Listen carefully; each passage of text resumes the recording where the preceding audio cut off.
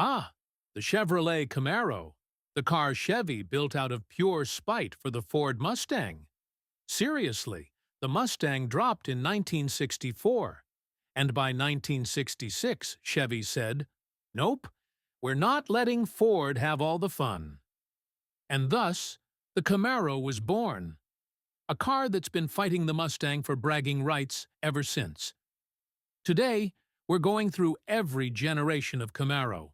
The specs, the trims, the legends, and yes, the times Chevy kinda dropped the ball. This is the Car Encyclopedia, the ultimate archive of every car ever made, from legends to, well, lemons. Buckle up. First generation, 1967 to 1969. The Camaro debuts in 1967. Chevy's goal? Beat the Mustang. Period.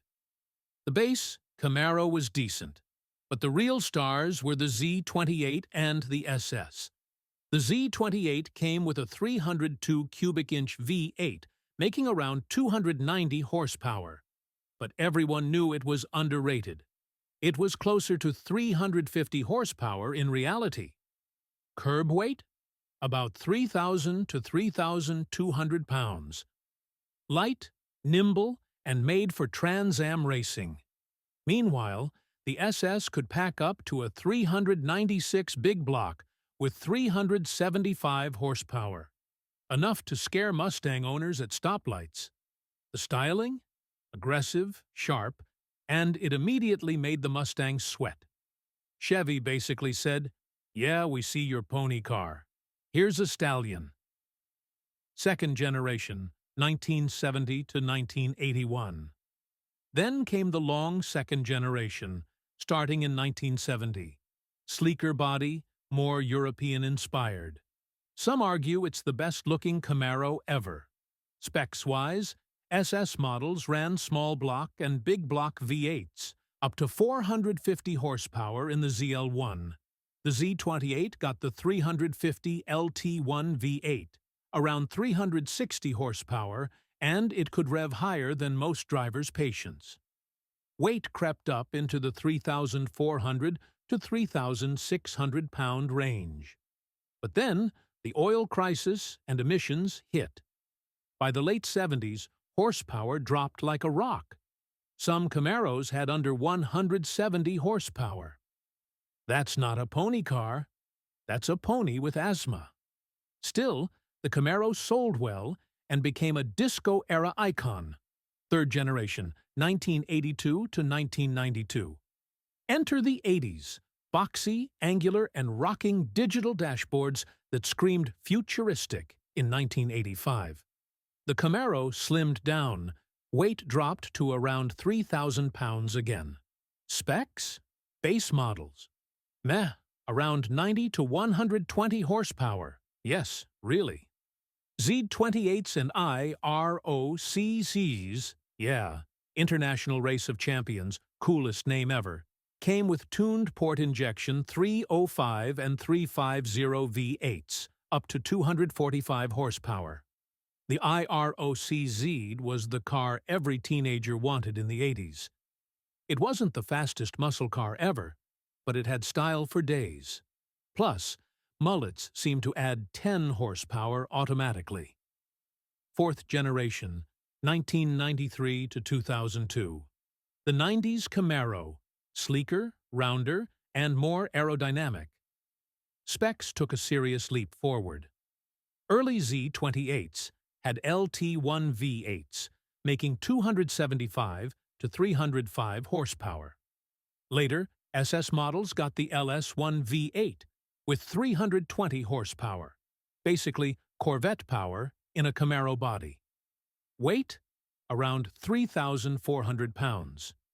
Performance was back, but so was cheap plastic interiors.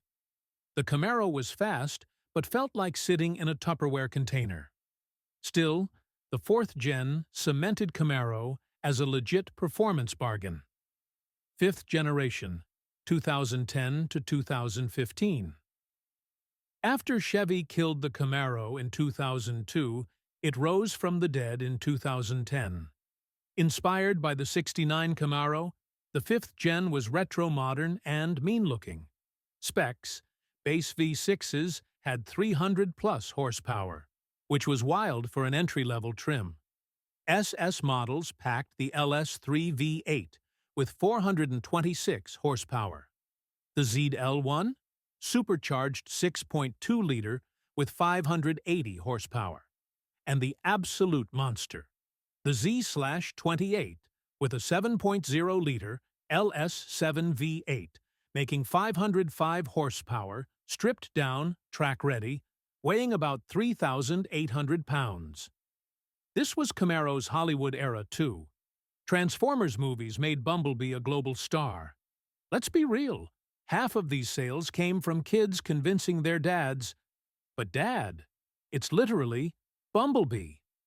Sixth generation, 2016 to 2024.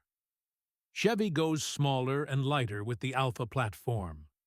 The Camaro now weighed around 3,300 to 3,600 pounds, depending on trim. And the performance? Absolute insanity.